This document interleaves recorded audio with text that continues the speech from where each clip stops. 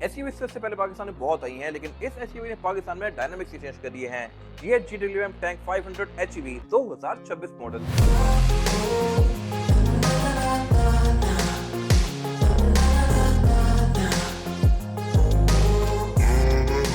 पाकिस्तान में इसको Fortuner killer कहा जा रहा है। ऐसा क्यों है मैं बताता हूँ। क्योंकि साइज के लिहाज से गाड़ी लैंड क्रूजर 300 सीरीज जितनी है, लंबाई के लिहाज से लिटरली ये गाड़ी उससे कुछ सेंटीमीटर ज्यादा लंबी है, बट चौड़ाई के लिहाज से वो थोड़ी ज्यादा चौड़ी है, बट नोटिसेबल डिफरेंस नहीं है। और ऑब्वियसली प्राइस के लिहाज से क्योंकि फॉर्च्यूनर के आसपास है तो ये टोटली वर्थ इट है। लेकिन फीचर्स के लिहाज से ये बहुत ज्यादा नेक्स्ट लेवल पे है, क्योंकि इसमें इतने फीचर्स आते हैं जितना कि शायद रेंज रोवर भी ऑफर नहीं करती। और साइड पे भी ये गाड़ी बहुत ज्यादा कूल है। यहाँ पे मोस्टली एसयूवी जाके बोरिंग हो जाती हैं, बट ये कार नहीं।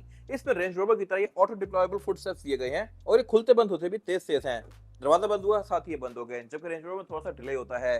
ये चीज मेरे ख्याल से ज्यादा फिट है और ये गाड़ी लिटरली प्राइस फॉर्च्यूनर वाली है, तो मेरे ख्याल से ये हर लिहाज से जस्टिफाइबल है। हाइट के लिहाज से ये गाड़ी अच्छी खासी ऊंची है, बट इसकी हाइट फिक्स ही है, इसको आप रेज लो नहीं कर सकते। स्मार्ट एंट्री भी इसमें आती है, एंट्री और एग्जिट भी इसमें आसान है, और इसमें इंटीरियर भी बहुत ज्यादा लग्जरियस है। इसके अगर आप डोर पैनल्स वगैरह देखें, इंटीरियर देखें, सब कुछ लग्जरी के लिहाज से टॉप नॉच है। और यहाँ कलर टोन्स भी काफी सारी ऑफर होती हैं, मोर ऑन दैट लेटर। और यहाँ पे एक और चीज आपको थोड़ी सी फेमिलियर लगेगी, वो है ये क्रोम की फ्रिल्स। ये काफी हद तक लैंड क्रूजर 300 सीरीज से इंस्पायर्ड है। नई वाली एलसी में ये कुछ हद तक ऐसे ही आते हैं, और ये भी GWM है, तो हेवल की तरह इसकी भी बैक पे जो विंडोज है प्राइवेसी वाली दी गई है। और यहाँ पे एक और फिट चीज है, वो ये है कि इसमें ये प्राइवेसी कर्टन भी दिया गया है LX 570 की तरह। More on that later.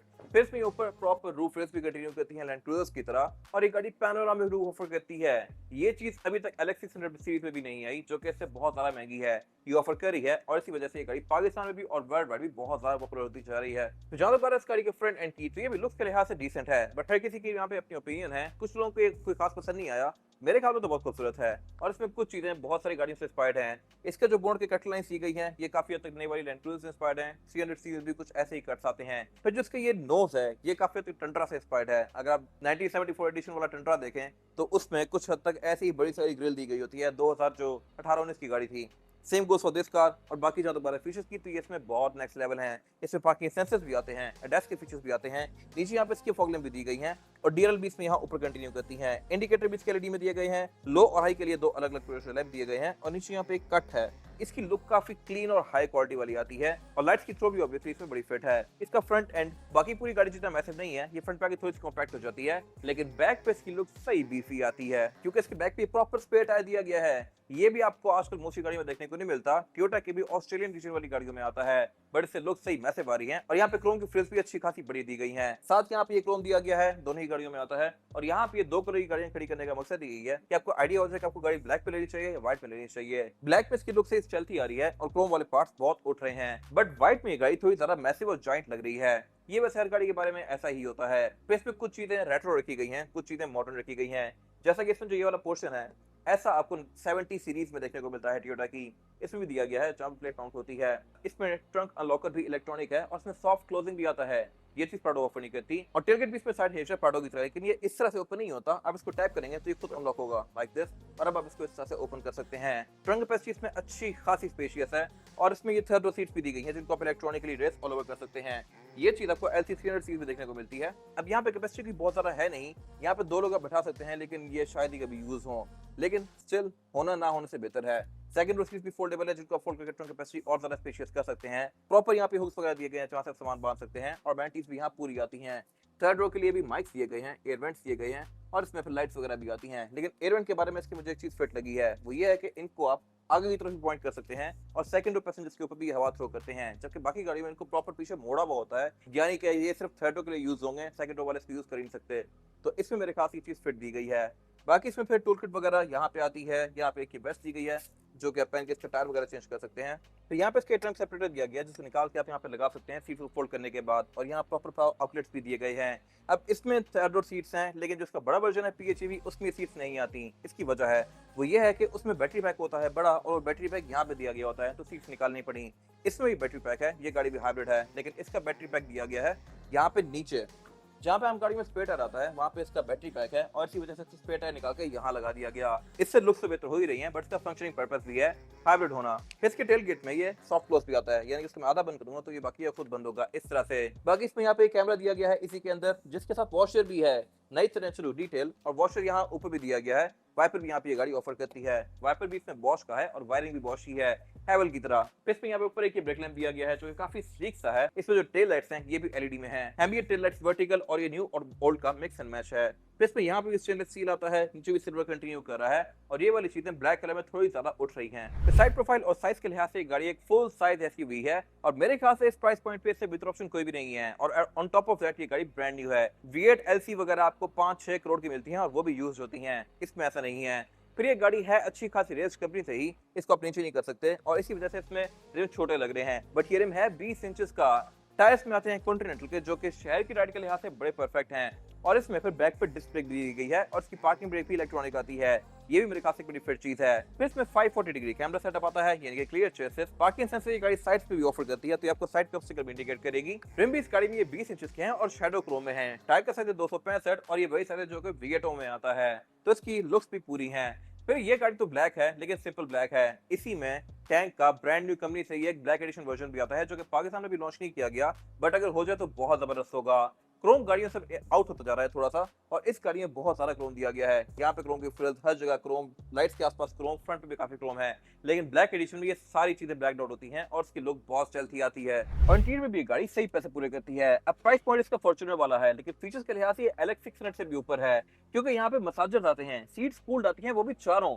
फिर इसमें साउंड सिस्टम हार्मन कार्डन का है, सब कुछ फिट है और पैनोरामिक रूफ है। ये चीज आपको इस कैटेगरी की मोस्टली गाड़ी में देखने को नहीं मिलेगी, बट ये ऑफर कर रही है। और प्राइस पॉइंट फॉर्च्यूनर वाला, फॉर्च्यूनर में सनरूफ भी नहीं आती, एक क्रॉस लग लोग, सिर्फ ये नहीं कि पाकिस्तान में ना रही हो, वर्ल्ड वाइड ही नहीं आती। फिर इसका डैशबोर्ड भी क्वालिटी के लिहाज से सही नेक्स्ट लेवल है और यहाँ कर्टन्स भी ऑफर होती हैं।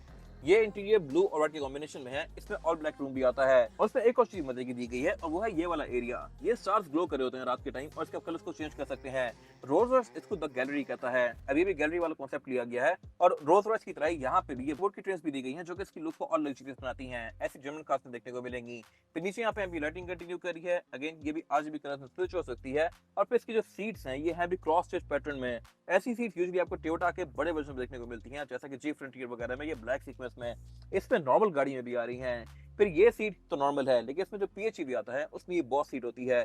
वो क्या है मैं कवर करूंगा बैक पे जाके। फिर रूम क्योंकि बेज है और रूफ लाइन इसका आइवरी है, तो यहाँ पे वाइब काफी लग्जरियस और ब्राइट सी आ रही है। ब्लैक इंटीरियर थोड़ा डर लगता है लेकिन उसकी लुक भी स्टाइल होती है। फिर सेम कॉम्बिनेशन कंटिन्यू किया गया है इसका डोर्स के अंदर भी और डोर भी इसके अच्छे खासे मैसिव हैं।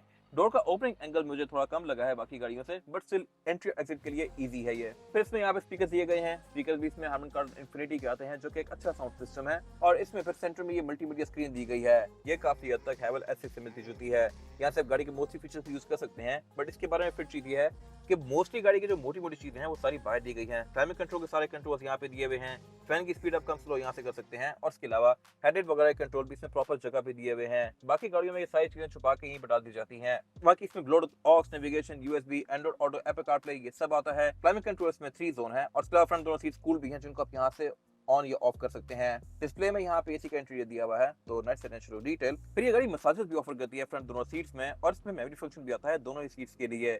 इसके बहुत सारे अलग अलग मोड्स दिए गए हैं, serpentine, wave, back, butterfly, single row, pulse, catwalk और इसकी आप इंटेंसिटी को भी यहाँ से कम और ज्यादा कर सकते हैं। और ये प्रॉपर मसाजर है, सिर्फ शशका नहीं है। बाकी इसके अलावा फिर नीचे यहाँ पे इसके एयरवेंट्स वगैरह दिए गए हैं और सेंटर में आती है GWM की क्लॉक जो कि रात के टाइम ग्लो करती है और इसकी वाइब को काफी लग्जरियस बनाती है। ऐसी क्लॉक आपको यूजुअली LX सीरीज में देखने को मिलती है। नीचे फिर यहाँ पे इसका वायरलेस चार्जर दिया गया है और यहाँ से आप अपना तार वाला चार्जर भी लगा सकते हैं निकाल के। और पीछे दिया गया है इसका गेयर सिलेक्टर, इसको आप गेयर में इलेक्ट्रॉनिकली शिफ्ट करेंगे इस तरह से अनलॉक दबा के। और ऐसे गेयर सिलेक्टर काफी हद तक आपको BM में देखने को मिलता है।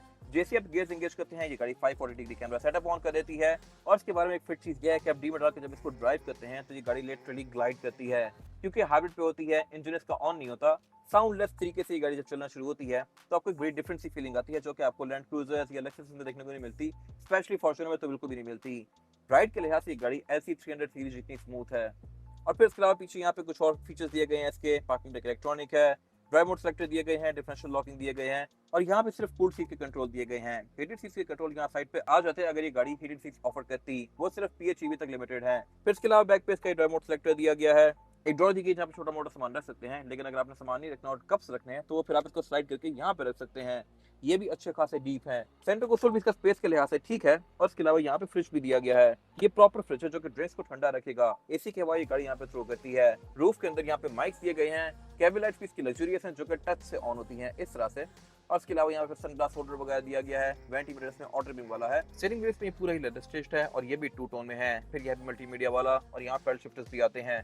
फिर इसका जो ये मीटर है ये स्क्रीन है और ये काफी बड़ी सारी है, लेकिन अगेन इसका इंटरफेस आपको काफी हद तक नई वाली हैवेल्स से मिलता जुलता ही लगेगा। S6 में भी इसी तरह से बार्स आते हैं और डिस्प्ले वगैरह भी कुछ हद तक ऐसा ही है। जस्ट यहाँ पे ये टैंक बनी हुई है और साइज के लिहाज से स्क्रीन बड़ी है। फिर इसमें जो मजे की चीज है वो यहाँ ऊपर दी गई है। ये गाड़ी हेड अप डिस्प्ले ऑफर करती है जो कि काफी हद तक कॉन्फ़िगरेबल है। ऑफ रोड पे करने पे आपको बहुत सारी स्टेट्स शो करवाता है इस तरह से, और इतनी स्टेट्स मैंने इससे पहले किसी भी गाड़ी में नहीं देखी। तो ये मेरे ख्याल से बड़ी फिट चीज है और ये है भी काफी हाई क्वालिटी। सेंटर स्क्रीन से मैं इसकी हाइट, एंगल, ब्राइटनेस वगैरह को भी एडजस्ट कर सकता हूँ इस तरह से और ऑन ऑफ भी कर सकता हूँ। और इसमें स्टीयरिंग व्हील भी टिल्ट एंड टेलीस्कोपिक है जिसको मैं इलेक्ट्रॉनिकली इस तरह से रेस ऑल ओवर कर सकता हूँ। अगेन इस प्राइस पॉइंट पे ये काफी अच्छी चीज है और इसमें मैग्नेटिक फंक्शन भी है, तो गाड़ी बंद करने पे ये सीट और स्टीयरिंग व्हील खुद एडजस्ट होगा इस तरह से। ये अगेन मेरे ख्याल से बड़ी फिट चीज है। फिर इसकी सीट पर लंबा सपोर्ट के काफी सारे एंगल्स दिए गए हैं और सेम इसकी सीट फुल लेदर कंटिन्यू किया गया है। इसके डोर्स में भी विंडोज की चारों ही सिंगल टैप वाली हैं और इसकी फिनिश जो है ये एल्यूमिनियम वाली है जो कि काफी हाई क्वालिटी है। डोर अनलॉकर भी इसमें ये इंटरेस्टिंग है। बैक पे भी ये कार लग्जरियस है लेकिन PHEV में थोड़े फीचर्स आ आते हैं, बट अगेन नॉनदलेस ये भी डे टू डे यूज के लिहाज से बिल्कुल परफेक्ट है।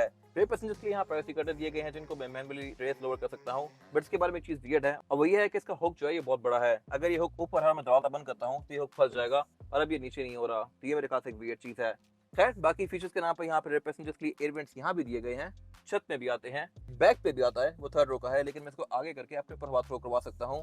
और फिर इसमें पाँव पे भी आते हैं, तो हर एंगल से यहाँ पे हवा थ्रो करेगी और सिर्फ एक असर रह जाती है सीट्स, वो भी आप हवा थ्रो करती हैं। ये सीट्स भी बैक पे दोनों वेंटिलेटेड हैं और इनको मैं इन नॉब से इसको मैं ऑन और ऑफ कर सकता हूँ इस तरह से। फिर इसमें क्लाइमेट कंट्रोल की अलग से पूरी जोन दी गई है और नीचे यहाँ पे इसमें पावर आउटलेट भी आते हैं। फिर इसकी फ्रंट सीट्स की जो बैक है ये काफी लग्जरियस है। मोस्टली गाड़ी यहाँ पे चीप आउट कर जाती हैं बट इसमें क्वालिटी पे कोई कॉम्प्रोमाइज नहीं किया गया। वही डैशबोर्ड वाला बोर्ड यहाँ भी कंटिन्यू किया गया है और सीट्स बैक पे भी पूरी ही लेदर की हैं।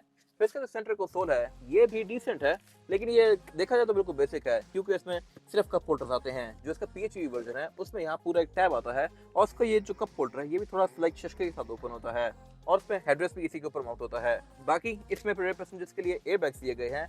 लाइट्स इसमें केबिन में यहाँ पे दी गई हैं ऊपर और ऊपर यहाँ ये रूफ कंटिन्यू कर रही है जो कि इस कैटेगरी की गाड़ी में आपको कमी देखने को मिलती है और ये मेरे ख्याल से सही पैसे पूरे कर रही है। इस गाड़ी में हर चीज पे वर्क किया गया है, इवन बोनट की ओपनिंग पे भी जो कि हाइड्रोलिक से ओपन होता है। ये चीज भी अच्छी खासी महंगी गाड़ियां ऑफर नहीं करी पाकिस्तान में, फॉर्च्यूनर में नहीं आता बट इसमें दिया गया है। और बाकी इंजन में भी काफी टाइटली और नीटली पैक्ड है। लैंड क्रूजर का इंजन पे काफी बड़ा सारा होता है, इस कार में छोटा सा है। इंजन भी इतू सा है लेकिन उसकी वजह यह है कि इंजन सिर्फ 2000 सीसी है और 4 सिलेंडर है। लैंड क्रूजर में इंजन 3.5 V6 आता है बट पावर के लिहाज से गाड़ी करीब करीब उसके आसपास ही है। 0 to 100 भी इन गाड़ियों का मिलता जुलता है। और जहां तक बात है इसकी स्पेक्स की तो ये 2000 सीसी टर्बो चार्ज पेट्रोल है और ये गाड़ी हाइब्रिड भी है और ये आपको 10 से 12 तक की एवरेज दे सकती है जो कि इस साइज की गाड़ी के लिहाज से बहुत जबरदस्त है।